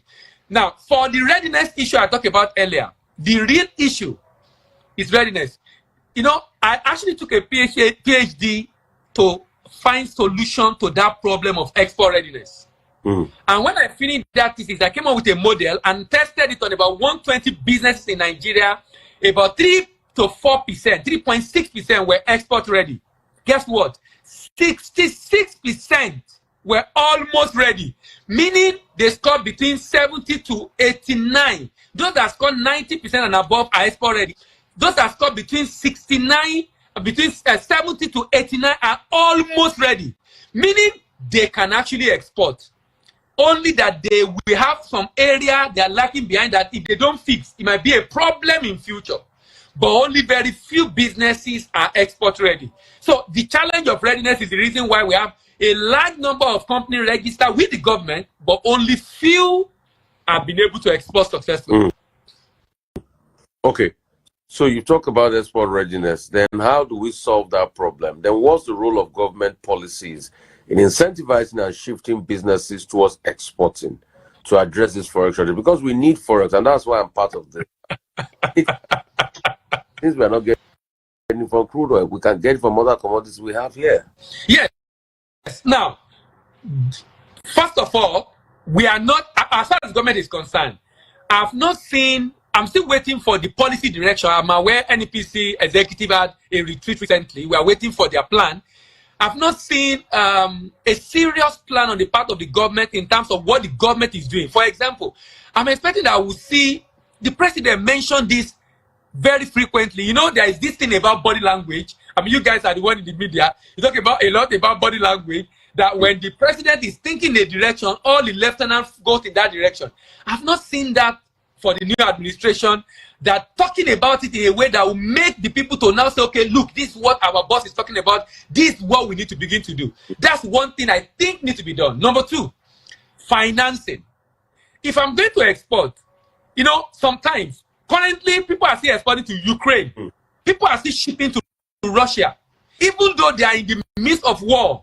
And the reason is because the government of those nations give their people export credit insurance.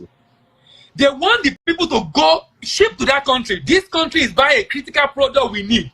If you have issues shipping there because of the war going on, we will insure your proceed.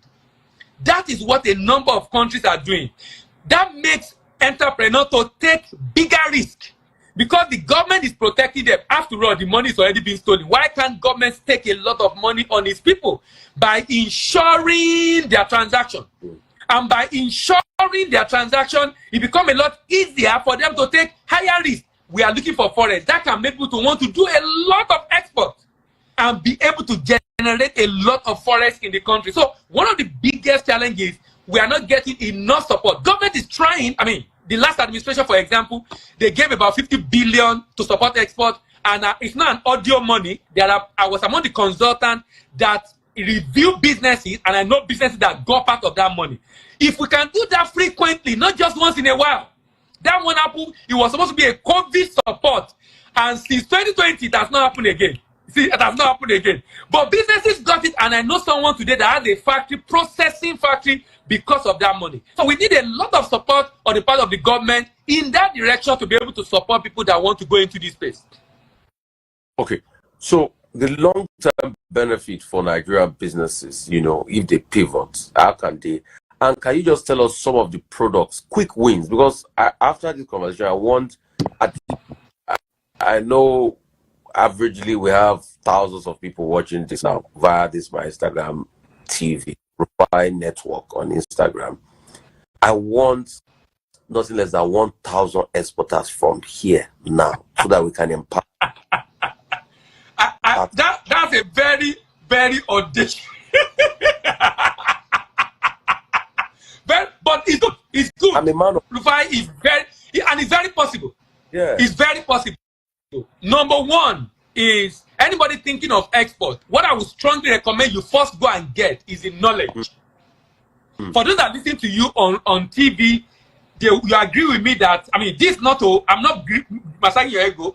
Even when we used to do radio together, the way you talk about the business is as if you are in the business, and that shows how much you read. And that's just to tell people that, look, if you are going to be able to do the business, then you must learn about it.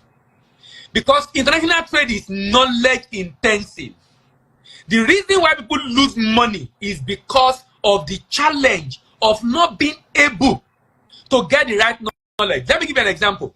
I was at a program last year, November. It was organized by one of the banks, and the coordinator of Southwest in Lagos for NEPC were together on the panel, and was telling me that, can you imagine that a Nigerian business exported cashew nuts to India, and the cashew nuts have quality issues when they open the container in India? But that problem could have been solved in Nigeria if the person understands the fact that raw cashew nut export, the maximum moisture should be between 8 to 9, max 10%. And that it should be loaded, put in a jute bag for ventilation, and should be put in a container with desiccant in the container to absorb moisture in transit. Now, that is the knowledge for that kind of commodity. If you don't do it, you might find out that they open the container in India and the cashew nut will be growing because of the heat and the moisture in the container. Now, that is the challenge of knowledge. You will have heard several times that the DJ of NAFDA will say, oh, Nigerian product is being rejected. And people will say, Nigerian product is rejected. Government embarked at some point on certification of our factories for SMEs to be able to produce to a certain standard because of quality issue. This is just talking about the importance of having knowledge of the product. Knowledge of the product. And we do a free seminar every Thursday because of this. In fact, in the month of February, we'll be doing free seminar for about 80 products. We'll take the product one by one. We have highlighted about 80 different products from agro commodity to semi-processed good to solid minerals every Thursday on Zoom. I've had a session today, for example, and you can be able to learn. So you'll be able to know, okay, if I want to export, like you said, cashew nut, what is involved? If I want to export a shea butter, what is involved? If I want to export cocoa beans, what is involved? If I want to export slippers. If I want to export, yes, of course, people export slippers to West Africa. Enough. Rubber slippers is a major Nigerian export. Rubber slippers, cigarettes, are major Nigerian export to West Africa. In fact, this issue happening in Niger, Mali, and Burkina Faso, we have first some Nigerian businesses shipping to those regions. Because even our insecticide for mosquito, Nigeria do a lot of shipment of that. And by the way, exporting value-added good does not mean I have to be the producer. For example, I export pap. You know I export pap to the UK, for example. But I don't produce pap. I export kuli-kuli. I don't produce kuli-kuli. I export gari. I don't produce the gari. I don't need to produce it. I can be a merchant. And that's why I've been saying that Japa, in as much as it's causing break trade, it can be a blessing in disguise if we harness the potential of Nigerian abroad to develop market for a lot of Nigerian businesses. I know people want to contact you. Call your number again. And you remember many years ago, you and I started a little export cooperative where we can take people's products to the UK. I remember. Yes. I remember you gave me some product samples. Yeah, oil. Today I never get baby. I don't know why. Get oil and some other products like that. They took some were not taken and all of that. Can we also have something like this? And people also ask him, is the training, is it, online, the free training? So when you say yes, it's online, it's on Zoom online, yes. Somebody was already saying seminar that they will answer to pay money. I was exactly what you said, free, because we would just want free, and we just want to help people. So call your number again. 0809 yes 999 3142 080 9999 3142. WhatsApp only. 080 9999 3142. Okay. We have paid training, no doubt, but we also have free training. Like I told you, we are trying to do 80 different products. Because it's a weekly program, we will not be able to finish this year. We'll finish it next year. But we're going to take it one by one. If you chat that number, you will get the link. The link is the same. Ooh. Every Thursday by 5 to 6 p.m. Every Thursday, 5 to 6 p.m. Okay. What are these innovative strategies that Nigerian businesses can adopt to enhance, competitiveness in the national market? You said before that people are still exporting to Russia and Ukraine. I mean, what are they exporting to these countries despite the challenges they have? And, how can we also have that level of sustainability here, And what is the effect of relying solely on import rather than being an export economy?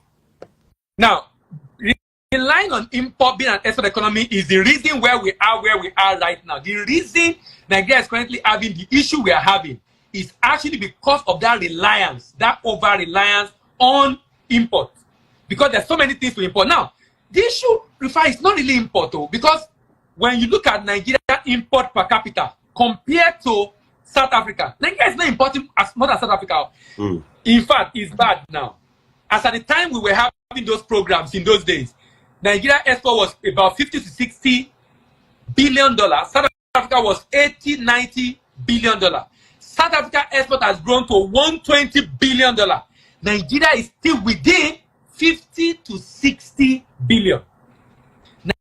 Nigeria export is still within 50 to 60 billion. Last year, South Africa export was about 120 billion. So Africa have grown. We have not grown.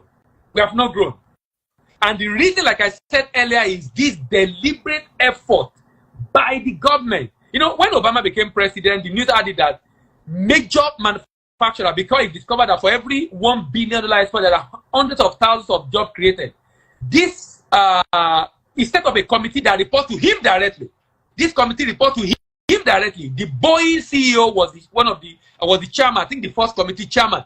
And the reason is because he wants to hear from them and work with them to fix their issue to grow U.S. export. U.S. is still the second largest exporter next to China.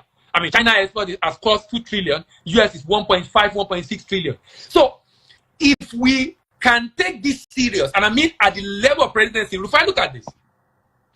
Do you know that Nigerian businesses want to export, and the landing fee of the airline, the charges of fan because of the target government are giving them, is making it difficult for the airline to give us a reasonable price. Their rates are very high. Now, we want to grow export. We can do a lot of perishable through the air. Some countries, I mean, you are aware of what Kenya is doing, and some of East African countries, they'll be able to ship some of these products. Because I know Kenya now, as we speak, are already preparing to ship their flowers for Valentine to Europe. Most of the flowers that have been bought in Valentine, Kenya is already shipping as we speak. To ship it. It's already planning to ship it. So we've not gotten to that point, because you see a situation where in Nigeria, you have a situation where if at some point I was asking the CEO of to the coordinator of NDPC in Lagos that how on earth both of you are reporting to the same government? This was in the last administration. How can you be reporting to the same government and your action, you need to grow non-oil export, and another agency is having policy that is negating what you want to do? And he said, I mean, it's difficult for them because they are following up, but nothing is happening. So it's like there's no cohesion even among the agencies of government to be able to support export as much as possible. As much as possible. Because if this is done, you have a situation where if the government says, okay, we are ready to now do this shipment, every other agency of government need to work in the same direction. For example, Nexim Bank will want to give money to support that kind of initiative. FAN, in fact, look at another one. You know, sometimes it's unfortunate we are talking about this, but it's good we are talking about this. We can never tell. Maybe there is a government official that is on this platform that might be able to take it up. There is an issue in Apapa, being able to ship to Apapa.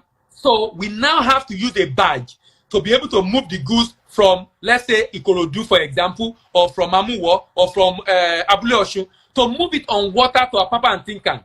Rufai, do you know that FAN, Nimasa, they are now increasing the fee of waterway by badge, making the cost even almost higher than going by truck for a short distance. So it's like we want to grow export on one hand, but we're also not helping. I know this agency have target. That's why I say it has to come from the top, such that at the end of the day, they work to support Nigeria Export Promotion Council initiative to be able to grow non-oil export as much as possible. Let's talk about possible collaboration with governments. How can we help governments in this and also help the people? And like I said, please, he has given the number a couple of times, get across to him as we start round up. How can we help government?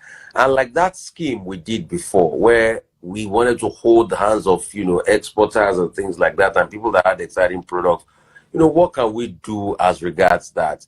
And is it every product you must export with an export license? What are the little African countries here and there that we can export to that we can earn, even if it's CFA now, because CFA is already higher than enough? CFA is, there's a program I wanted to do with someone in Cote d'Ivoire, and we were negotiating, and I was checking CFA. The last time I went to Cote d'Ivoire, it was almost at par.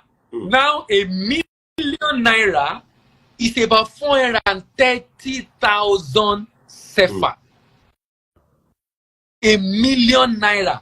400, as I was checking yesterday, I was negotiating with this guy, 430,000 CFA. So any CFA is like any dollar. Now, let me come to your first question about what can be done.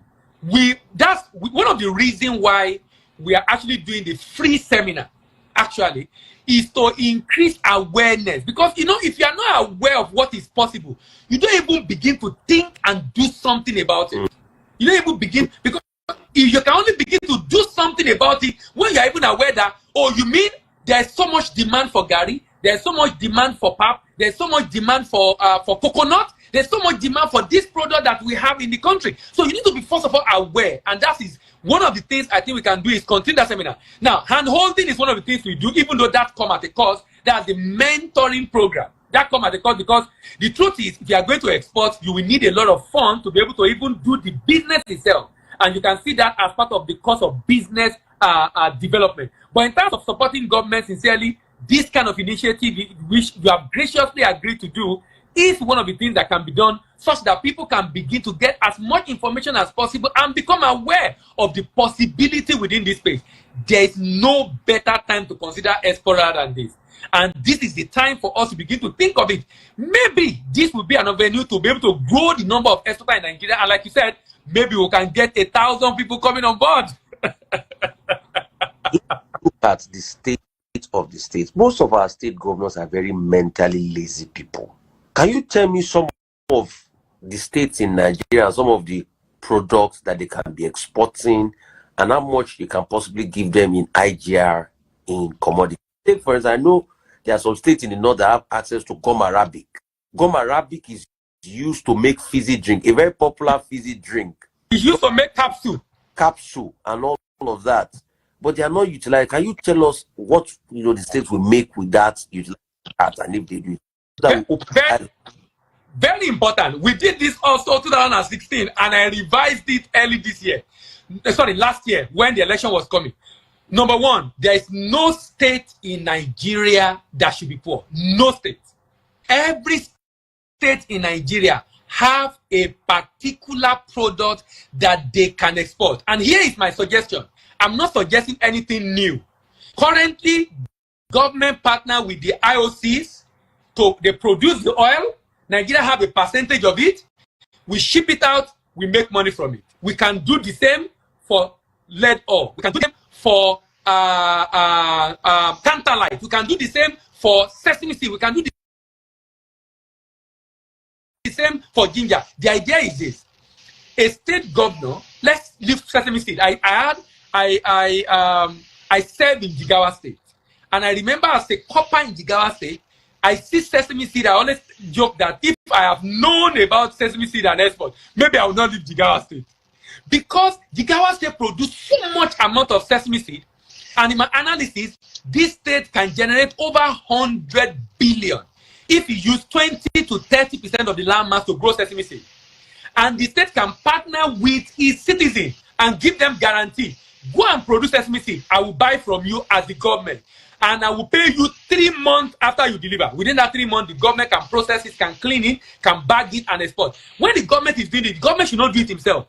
Government should partner with a major sesame seed exporter in Nigeria. Set up the processing plan. Let those people set up a joint venture with them. They will be the one to export, and government will get a good chunk of the income from this particular export. And from the income of government can pay the farmers who farm that sesame seed. So instead of people coming to the state, government can give them improved seedling, support them with land and everything they need. They produce that sesame seed, bring it to a particular location where government can buy it off. Government can give them guarantee, we will pay you in 6 months, and give them a guarantee, a bank guarantee to that effect. This can be replicated for cocoa, for cashew, for ginger, for gum arabic, like you mentioned, for sesame seed, for lead, for zinc, for copper, for palm oil, and a number of other products. And no state in Nigeria will be poor at the end of the day because they can generate it themselves. But like you said, they are sharing trillions of naira now, Rufai. I'm not sure the governors, I'm not sure any of them is going to pick in this direction. You are giving them a lot of work. They don't want to work. It's making them more dense. They don't want to work. So let's open their brain. Because you can see anything in foreign direct investment. So you talked about sesame seeds in the north. All right. What about things like tomato? In the 60s, I know Nigeria used to export 1/3 of all the tomatoes in West Africa sub-region. What are some other crops? I know ginger, I know onion is there. All of them have huge demand. All of them. If you are going to do tomato, you can do tomato by air, only that you need to have a cold chain to move it under control condition to the airport and air freight it. Now, but there's a challenge with fresh fruit. If you don't have organic certification, and now we have local gap in Nigeria, so you can actually get organic certification in Nigeria now. There's a company in Abuja that can help you get organic certification. If you don't have that certification, it will limit the market you can access. But if you have organic certification, then you can expand your market to many European countries, and of course, not America, but mainly European countries, because there is a flight of DHL that come into Nigeria every day, pick up fresh produce. The painful thing is that majority of those fresh produce come from West Africa. Allied there go to pick them up, drop them on a tarmac. From there, they load it into the DHL plane and they go to Brussels every day. I think Monday to Friday. Every day. But like I said, the major challenge is that majority of the commodity and the fresh fruit on it are not from Nigeria. They are from West Africa, because a number of those farms have organic certification and a lot of demand for them. From pineapple to avocado to pawpaw, these are all different products that are exported from Nigeria. Only that it's not from Nigerian farm and with vegetable to these countries in Europe, into the European countries. Okay. One thing is certain, we'll keep bringing this to people from time to time because time is fast spent. Thank you very much for making this happen. And I just hope we have opened the eyes of our political leaders and our governors. For all of you that say, Rufai, you just talk, you don't find with people learn, and I want to partner with you on this. I mean, as you called me, I said I will make my platform available for nothing, and because I know the growth of Nigeria is the growth of all of us. Come back. Yeah. In. Yeah, 08099993142. Okay. 08099993142. Okay. 08099993142. So I can assure you this, I will still look for more time to bring Dr. Bamdele Ayemi for insights like this on trade. And Dr. Rufai also. I know you have PhD now. We thank God for it. Thank God for the recognition. Truth has to be said. It's somebody I know very well. I worked on radio for many years and used to have a show with 3T Impex then, on radio. But now on Nigeria Info. Okay, now you're on Nigeria Info. You also be a consultant, as regards trade and network. We did a lot of things with Fidelity Bank then. I mean, I don't take for this business. Fidelity Bank, and we did a lot of other things and all of that. And one other thing I'd like to tell you is this. I built a center recently in honor of my father in the village. I saw it. I'm following your line. I saw it. I want a case where we can also take this to the people in my village so that they can benefit. We can have export trains. Maybe anytime you're ready, we can bring them together, open their eyes to things like this. Because people in the villages, they might have all of this product to export. They don't even know how to go about it. But we can also empower them. It's something that we can think about. Let me tell you what I think we can do. That kind of arrangement, because I don't know how educated many of them are, but what they can do is to produce a standard to plug it into different export channels so they can get a lot of orders. Currently, I'm exporting Gary, and somewhere in Ijebu, someone is producing for us. So that kind of network. So we can throw up this kind of product that they are producing and then network them with a lot of exporters that can even give them money to produce and begin to export. Because for those in the villages, they might not have enough financial muscle to be able to have extended cash conversion cycle. But if they plug in into exporter who can finance them, they produce for them, and they are growing, the exporter are growing. So they are still indirect export, only that they are working with people who then do the shipment. They can get their money up front and produce. I think that kind of arrangement can work. Okay, great. We'll look at the possibility of that and we'll see how we can empower people together. Thank you so much, Mr. Thank you very much for making this happen. Thank you very much. I appreciate it. Good to see you again. Get more insight from you. Bless you so much. Thank you. Thank you. Thank you.